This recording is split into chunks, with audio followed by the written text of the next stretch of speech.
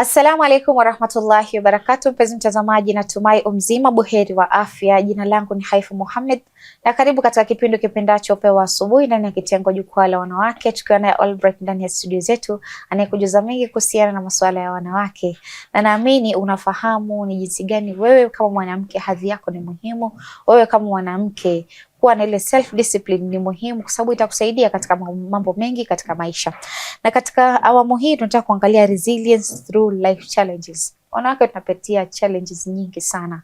So tunapaswa kuwa vipi? Hii yote tutafahamu kupitia Albright siku ya leo. Karibu sana Albright. Asante sana. Natumai huna neno. Sina neno. Mzima kabisa. Alhamdulillah.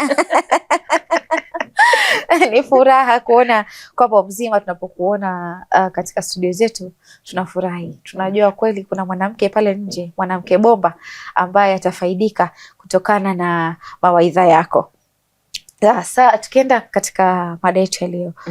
What does resilience mean to you? Resilience to me means walking kwa thorns. Ushona roses? Like roses are very beautiful, yes, but they have thorns. So sipochunga zitakudunga. Yes. So to me that is how I envision resilience. Ama unaingilia pali pakonda pali, si kila mtu anaweza pita, but unapita. Yeah, that is how I view resilience. Nice. Why is it essential kwa mwanamke? Because it will enable you to grow. It will enable you to discover yourself, and it will for sure enable your success. The moment unakosa resilience, yes, because naonanga mtu mwenye anakosa resilience ni kama hope. So every time you lack hope, because you're tired, because for you to be resilient inamaanisha ni kitu imekusukuma unaanza kuchoka. So resilience is now you walking through it. So when as a woman it's so important to be resilient because you need to be successful. You need to fulfill your purpose. Pia sisi believe kuna purpose why you are here. And resilience, it's one of the tools yenye itakufikisha kwa purpose yako. Yeah, yes. True.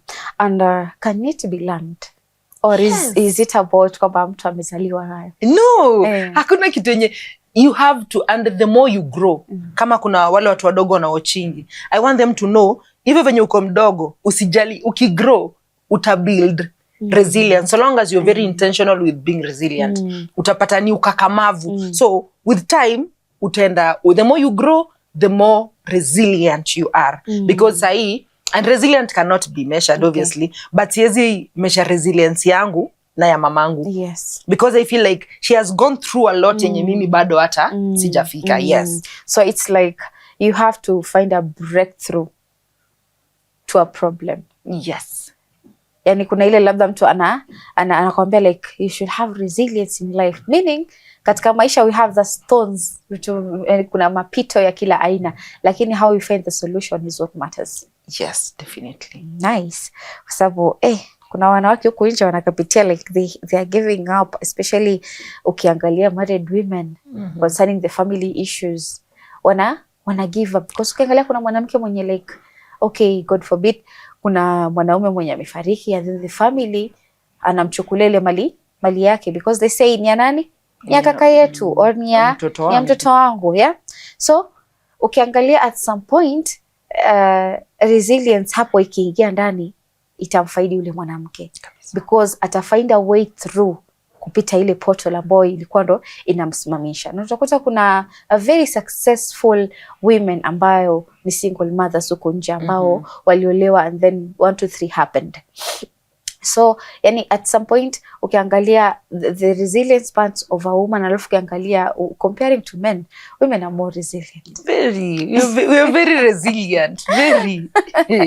So it's like it's a bonus. It's a bonus yani kwa wanawake. Being resilient doesn't mean that you basi kitu kugonga mpaka uamue like mimi pale imefika, hapana. You have to find a solution. Yeah.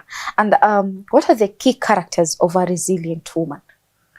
The woman who is always showing up and always learns from the mistakes they have done. Because unaweza kuwa na resilience but kuna ukidhani unajisukuma, there is something wrong you did. For example, I can use the example, umeenda umechukua okoa jahazi. That's the easiest example. Umeenda umechukua okoa jahazi ya 200. You know, resilience si tu lazima iko kwa vitu kubwa kubwa. You have to find a way you are going to pay your debts. So the moment you have paid, you have to learn that at the moment siwezi enda kuchukua okoa ya 200 because I have struggled to find this 200. So a resilient woman will learn from that, that I'm not supposed to do this and this because hivi hapa ndo itanipeleka. Yes. Yeah. True. And what are some biggest challenges that women face in the society ambao maybe zinawafanya like their resilience inashuka chini? When people are, education is very important. So ukipata wale watu wenye hawako very well educated, they'll start asking you, oh, we are waiting for you to have a husband so that you can, kuna wale wanaoambia ukishaolewa utapata bwana yako na do, wewe maisha yako ishafanya nini, imesha relax. Inafanya your motivation of resilience inarudi chini. And now you will not think beyond that. Okay. Utathink tu kwa hiyo box kadogo yenye uko. So one of the things ni zile vitu za kitambo ni one of the main things zinafanya women wasikue more resilient. Ama kukufeel uko unworthy. Itafanya you feel, now what's the point of being resilient? Niendelee tu kusettle for this level I'm settling in. So yeah, true. And in the times of difficulties, how can women be hopeful? When we talk about resilience of life, I recently lost a friend. Okay. And she was called Wahito. She has never been here. Yes. That was one of the toughest seasons of my life. Okay. Yes, I've had tough seasons, but that was so tough because I was also struggling mentally. Okay. So it was so tough. I think nilirudi recollect. I think April, May happen. Okay. Yes. So resilience, you just have to choose to usibaki kwa hiyo space. Maybe ume lose familia. Maybe ume lose job. Maybe ile grade ulikuwa unataka kupata, you've not gotten that. That is not, I want people to understand, that is not the end of it. Okay. It is just one of the things, but you have to stand up again, wipe yourself and move on. Wow. Because sio wote ambao wako na hiyo courage. But I hope wajue tu lazima uko na hiyo courage every day. Even if you don't have courage, just pretend that you're courageous. And eventually you'll be courageous. Yes. Kama nakwambia, try as much as you can. Pretend you are disciplined. Pretend. Amka tu asubuhi ile na mapema, pretend you will be, because at some point I think inasaidia. Because kama umeanza kitu hata kama umeanza na kulegea nini, hata wengi ambao wanaenda gym wakianza, they don't start like going every day. Leo ameenda, gym is painful by the way. Kesho amechoka. Anasema like nakaa kama nimebeba mizigo ingine kwa mwili, the pressure ya gym ni ya kubeba nini, machuma and so on, inakuwa na pressure kwa so mimi siendi. So lakini unaona kuna ile like shtua tu akili yako. Iambie tu akili mimi naenda hivyo. Pretend hata kufika tu yani utapata tu ile motivation. So at some point I think it's true, because we women tumeumbwa kivingine. Sisi ndio watu ambao tumeumbwa wavumilivu sana. In as much as unavumilia, but angalia pia unavumilia nini. Exactly. Kuna zingine si za kuvumilia. Exactly. So ukisema like unavumilia, unaangalia mimi navumilia nini na itakubenefit aje later on. Exactly. True. That's very true. And another thing, what helps you keep going when life becomes overwhelming? I feel like it is the grace of God. Okay. Because saa zingine natokaga kwa situations zingine na sijui nilitokaje. Wow. So I would entirely say it is ni neema ya God. Like hakuna juu mimi mwenyewe siwezi. That is why the grace of God is sufficient. Yeah. And vile umeongelea hivyo, like how should women build their relationship with God? That is very, very important. Because trust me, most of women nowadays, especially, they're not that prayerful. In fact, when I lose hope haraka, like why should I do this? God is not saying me. God is not giving me what I want. I have prayed, I am doing my best, and then nothing happens. Yeah, so unakuta like mtu anaamua like me, is it a must I do this? So inapoteza ile motivation. Prayer is such a big tool. Haimati your mode of prayer so long as you believe in God. I strongly believe that believing in God inafanya life yako inakuwa easier na inakupatia direction, because there's what the Quran says. Yes. There's what the Bible says. Yes. And if you're a Muslim, you need to align with what the Quran is saying, because at the end of the day, what the Quran is saying, it is for our benefit. Hakuna mali ina benefit God. Yes. Ina to benefit sisi. Yes. So, and praying, people should understand You're that not praying for God, you're praying for yourself. You're praying to God, yes, but for yourself. Yes. Ndio vitu zikufungukie. Yes. And also, unaona hata kama uko imperfect, uko na inaitwangaje hizo nini zako za wanadamu, haimaanishi hauko worthy. Yes, udhaifu. Haimaanishi hauko worthy kuomba kwa Mungu. Yes. Mungu anakutaka tu hivyo venye uko. Kama uko na nguvu ya kutembea, tembea. Kama uko na nguvu ya unaweza simama hivi na uswali. Si Waislamu hata mnaswali kama mmekaa. Yes. Just worship. Acha hata hivyo. Like hata kama wewe ni mgonjwa, yule mwenye ako kwa kitanda, there's a way na pray kwa Mungu. You see, like kila kitu, like hakuna reason ya kukosa kuomba. Yes. Hakuna. Kama wewe ni mtu imperfect, maybe you use drugs or there's some things umefanya na ni mbaya, it's still okay juu venye sisi tunakuona, si venye God anakuona. Yes. God anakutaka with all your imperfection, because yeye ako perfect, si atuko, and he knows that. So prayer is very important. Pray kama ni swala 5. Yes. Fanya zote, amka hata tahajjud afadhali. Vitu zita work way better than Yes. Pole tu. Yeah, that's nice. And another thing before to the break. How do you cope with disappointments? Nilifika point, the more you grow, the more you understand you don't need to expect things from other people, because wako na life. Haifa, you have your life. Yes. I have my life. Naweza kuwa nimekwambia tukutane saa 6, and then between saa 5 na saa 6 something happened, and then I call you, Haifa, I don't think I'm able to do that. Kitu ya kwanza, it's okay to feel bad. Mbona amenifanyia hivi, but just let them. If that is what they want, just let them. Because you don't have control of someone else venye nakufanyia. You only have control within yourself. Kitu yote iko outside you, you don't have control. So why should you stress yourself on that? True. And you don't have control? Yeah. That's very important. Because knowing that, unajua tu kabisa, God, I did my best. You do the rest. Yes, kabisa. And why is it important for women or anyone who is in need to ask for help? Help. Actually, I think ningeanza na hiyo, you should ask for. Unajua watu nadhani resilience when you don't ask for help. Yes. No, resilience also looks like you asking for help. Because sisi binadamu tumeumbwa kusaidiana. Hata kama sahi hiyo community, sense of community inapotea, that is not how it's. Ndio maana watu wengi wanaingia kwa mental issues. True. Because we've lost the community. Yes. But community is very important. Ask for help. Umekaa, maybe you've not finished your rent. Haifai kukua mazoea, but you've not finished your rent. It is really stressing you out. Just call your friend. That is why we have friends. That is why your friend matters tena. Yes. You call them, hi, nimekwama hapa, I don't know what to do. Hata kama utanipatia hiyo pesa, you'll tell me there is a job I have, you can come do it, and then I'm going to pay you. Sitasaidia kulipa rent. So know how to ask for help. Because sahi mental issues ziko on a high rate. A lot of people are deleting themselves off because they are dealing with a lot of things and they don't want to talk to people about them. Don't be scared. Hata kama atakutangaza, itaisha, and you found your solution. So please ask for help. Please ask for help. Yes. Acha tuende mapumziko, tukirudi tuendelee na awamu ya pili.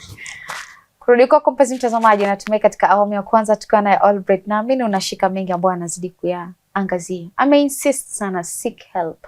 Yeah, it doesn't mean you have to die alone. Ama ujione like I have no worth in this world. You are worthy everything. Hiyo maisha yenye uko nayo tu, the breathing in you ni kila kitu. Kuna mtu anabreathia oxygen and so on, lakini wewe binafsi uko na shida, ask for help. God is there. Watu pia wako, kuna watu watakusaidia, kuna watu labda hawatakusaidia, but it's not the end of the world. You have to look for a solution to continue with your life. Mpenzi mtazamaji, acha chukua mapumziko, tutakaporudi tuendelee zaidi.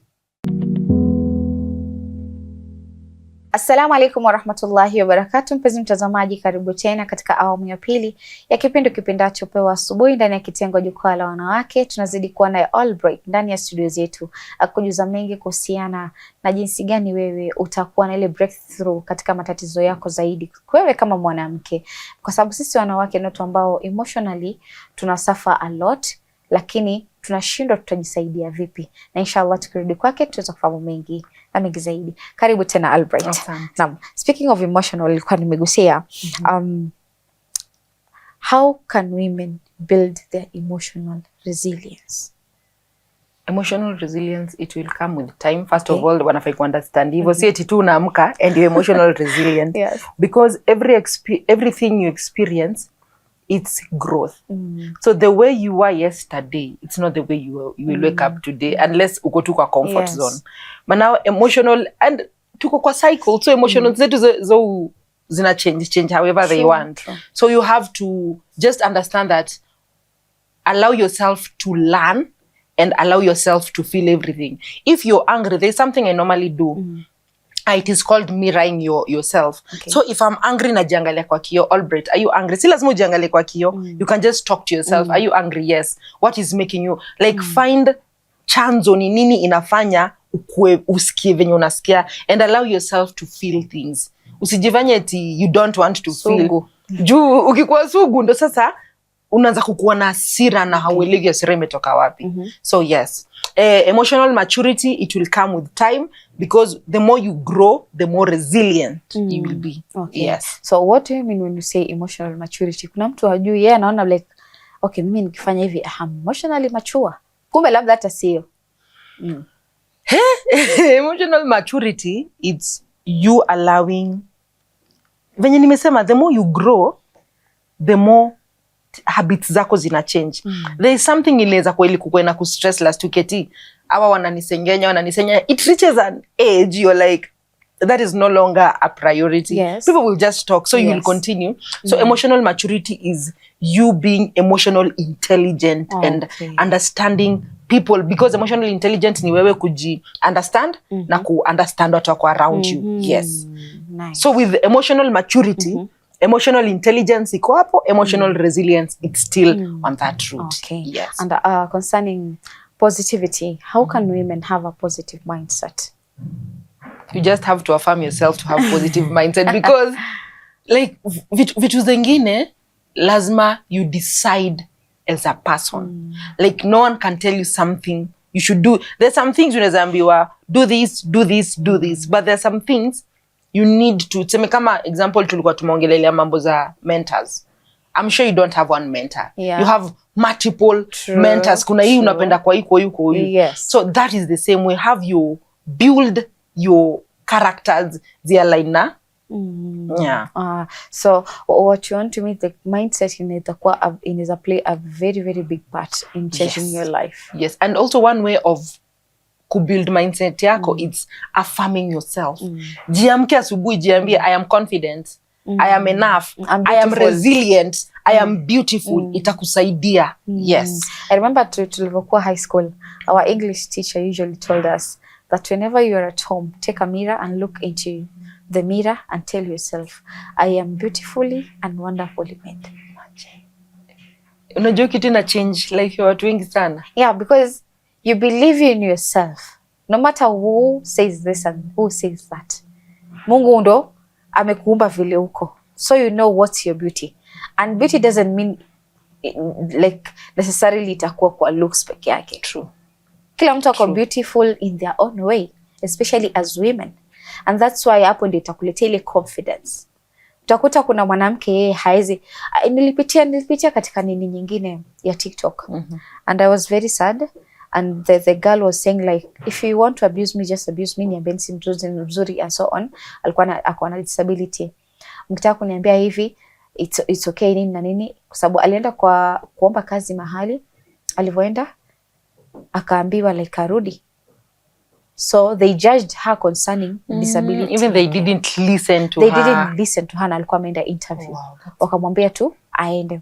So you see ilimu affect, but alijiambia like it's okay.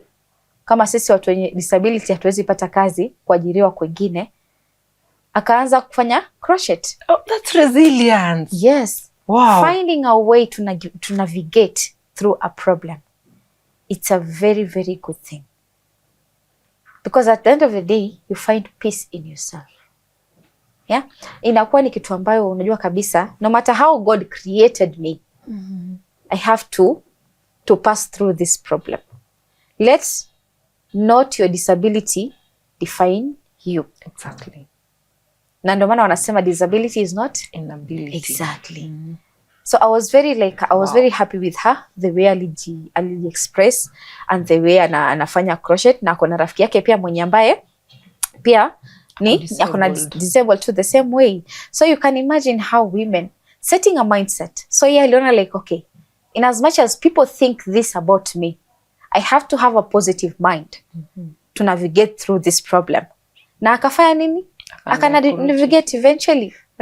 That's so phenomenal. A very good one. Mimi nilipenda like story yake because I said like seeing people wakijitahidi kutoka katika ile kitu ambayo labda unasema like utaona mtu anaomba kwa barabara ni tofauti na mwenye ameamua let me look something to do for myself. Even if they'll sell sweets. Exactly. Yeah, that's so good. That's resilience. Yes. In a very, very good way, which I really loved. Nikasema like kuna mtu mwenye akona mikono yake mbili na ameamua mimi sifanyi kitu. Lakini kuna huyu mwenye ni mlemavu anaweza omba pesa bidhe kwa barabara. Yes. But they have decided to work for it. Exactly. Oh, that's resilience. Yeah. That's phenomenal. Exactly. And another thing, how can setbacks become opportunity for success?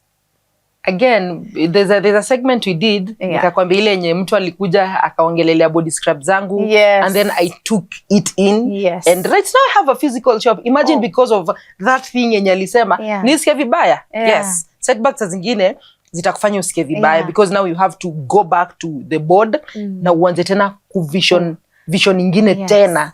So setbacks na meaning it's a source of growth. It's an element of growth. When you have setbacks, you will know what to do and what not to do, and you'll be better in whatever you're doing. Wow. So setbacks should be a source of motivation for you to be resilient. Mtu akikwambia it's okay to feel bad, it's okay to but don't overstay there. Adopt vitu haraka. Yes. And if you are in a high school and you have girls that you need to mentor, ungewaambia nini kuhusiana na resilience? Resilience is one of the most beautiful thing in life. It's so hard, but it's so beautiful. Ndio maana venye nilianza ku-explain, I talked about roses. Roses are very beautiful, but ziko na thorns. But hizi thorns, kama haujaziona, people will not know how resilient you are. But your product will show. People will want to do the things that other people are doing. For example, like hizo lights. Kuna mtu anaweza taka kuja kuweka hizo lights, but they cannot because huyu mwenye ametengeza hizi lights, it took a lot of resilience. So resilience is such a beautiful, it's not so beautiful, but it's a good path yenye takusaidia walk into your purpose and alignment. Yes. Now, and speaking of hardships, we face hardships every day. What lessons should we take from the hardships that we face? Hardship is again an element of growth.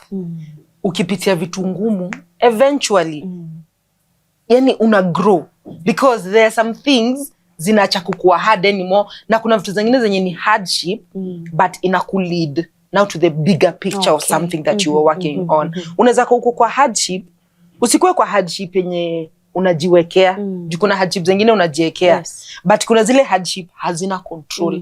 But I believe pali kuna desert, hata kwa desert kuna mahali kuna ile oasis ya kukunywa maji. So yes, hardship is a source of growth. Yes. Usichukulie like umeonewa. Hata kama utachukulia kama umeonewa, achukulia kama umeonewa kidogo because it's a human feeling. But usibaki hapo. You're not the only one going through hard things. Everyone is going through hard things. Unasema kila mtu anapitia shida zake. Kila mtu. So it's a way that sisi wenyewe tunafaa kujiinua, kuji-embrace. Yes. Okay. And I mean, how can resilience inspire the next generation? Because kuna sisi ambao sisi sahi tushaji define. And I usually believe that the next generation coming, it will be a good and better generation because they will have discovered themselves. Because you as a parent now, utakuwa umejidiscover in a better way or in a bigger way that they can't imagine. So hata ikifika ni ile time yao, because we know our parents hawajaongea na sisi like the way sisi tunaweza ongea na watoto. Like you have a sister, utakaa na chini umwambie like, okay, 1 2 3, this is not the way, this is the way. And unamwambia tu like white and black. Haumfichi. Yani ni ile kwa mimi nikwambia hii ni white ni white. Nikwambia ni black ni black. So at the end of the day unakuta inakuwa na impact kwa yule mtoto wa kesho. So what should we expect of the next generation concerning resilience? Actually, I think umeshaijibu. They will be way better than us because wewe sasa ukiamua kuwa resilient, you will change your quality of life. So watoto wako wakikuja, quality of life yao itakuwa better because you are resilient. And then watoto wao, and then for example, I value my mother so much. I respect her so much. She's my role model because she's very resilient. So I would want to keep up with that. And now mtoto akikuja tena akiniona, atataka ku keep up, and it will change the quality of life that you are living. Yes. Somehow I usually say like the way you talk is the way mtoto wako kuangalia, so like I have a mom here. Ataangalia sema like yes, nani mwenye aliamua tu kumpa mamangu spirit yote inyako nayo. But the fact that it brings something out of you. It shows a confidence in you. How you portray yourself matters a lot. Na ni kitu ambacho mimi mwenyewe pia I love about you because the talkativeness in you, at least it's something ambayo, you talk your feelings. You talk what you think is right. And the way you said, like, you keep boundaries. And inakuonyesha kabisa you've evolved from somewhere. Haimaanishi like, okay, ulikuwa sehemu fulani 1 2 3. Like mimi kuna step I took for me to be who I am today. Like a woman now owning your own business. That's a bigger achievement. A very bigger one. And as we wind up, what advice would you give to someone who feels like giving up? Don't give up. Like, it's okay to feel tired, it's okay to rest, but don't give up. I believe, sai kama uko in a hard situation, trust you me, life will get better. That one I know for sure. And then God is so good because vitu zina happeningi. Unaweza go through hard thing and then your life can change even in a week ama hata 2 days. Your life has completely in 1 minute. Exactly. Completely changed. So have hope. Yani usikose hope. Ukienda kukosa hope, ask for help.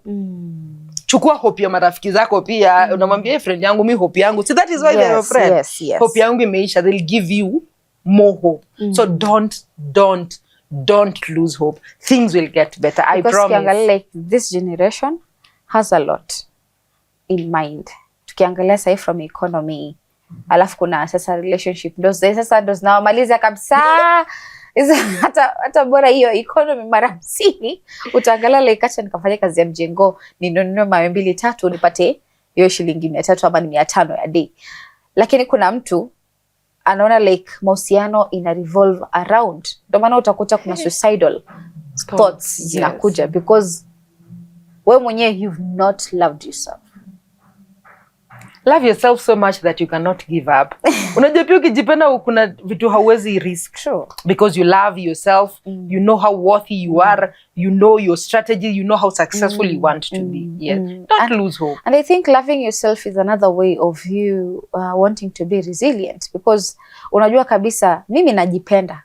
So nafaa kuvuka ile bridge. Ni make sure nime succeed. True. Sitaka ku lay back niseme like, okay, let it go the way inataka let it go with the flow. But then unajua kabisa me I love myself. Nataka ile gari. Nataka ile gari nime dream of. Lakini the setbacks ama the failures that na face, it shouldn't iniambie kwamba nibaki nyuma, no, niachane nayo, hapana. You have to go for what you want. Yeah. And that's why I believe kwamba wanawake, we need to have that resilience in us. And I believe one day it's gonna be okay. Actually, think tuko na resilience tukimalizia. Unafai tu ku-ignite. As women, we have resilience naturally. Yes. So ishtue tu. Ra. Thank you so much, Albright, for this opportunity of having you in our studio. And it's such a pleasure having a person who can talk about women this naturally, and yani unaongelea kama vile yani you own it. Yeah. It's part of you. Beautiful. Thank you so much. Thank you. Kurudi kwako mpenzi mtazamaji, natumai katika awamu ya pili tukiwa na Albright ndani ya studio zetu. Alhamdulillah, tumekamilisha awamu hii ambayo ameelezea mingi kuhusiana na resilience. Wewe kwako kama mwanamke, haimaanishi kwamba u give up. You should have that resilience in you. No, wanawake wengi tuko nayo. It's just kwamba ambao kama ile gari unaasha ianze kuenda. So wewe washa tu. Yani jaribu tu kuiwasha. At the end of the day, I believe that we all have great opportunities ahead of us. We are all great. And the more we are evolving every day, ndo kila siku tunazidi kufanikiwa katika maisha. Mpenzi mtazamaji, kufikia hapa sina mingi ya kusema isipokuwa nikwambia fi amanillah.